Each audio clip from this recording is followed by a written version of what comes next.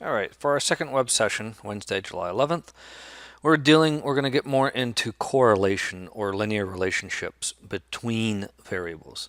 So last session we looked at a single variable primarily and did summary statistics for that single variable. Now what we're going to do is take a look at how two variables relate to one another. In particular, we're interested in measuring both the direction and strength of the linear relationship between the two variables. So you may have been able to touch on this in your last web session. If not, don't worry, you got plenty of practice coming up now. First is stock.xls, and what this looks at is we have the Dow Jones Industrial Average and S&P 500. And the daily percent change in each of them from January 15th through March 10th, 2006. And then before you compute any statistics, do you think the two measures are correlated? If so, which direction and how strong do you think they are?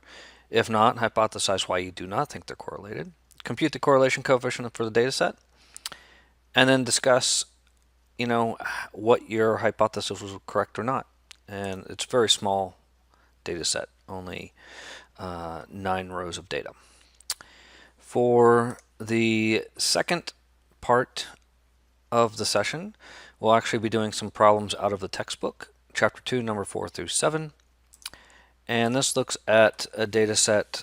If you go to page 14, for the next questions, download and use this data set.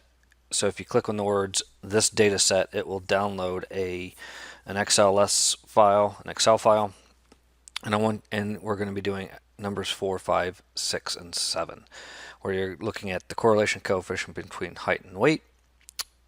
And so this is a sample of people where they calculate where they have their height, their weight, and some other stuff in there as well. Did I open that one up? No, I didn't. All right.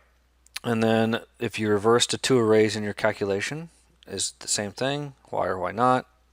All right. Calculate the sample covariance, which is another way to measure relationships between two variables.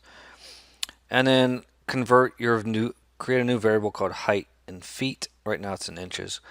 And see what the covariance does when you do that. Did it change? Why? If it didn't, why not? And what did you expect? So that is the stuff you're going to be working on today.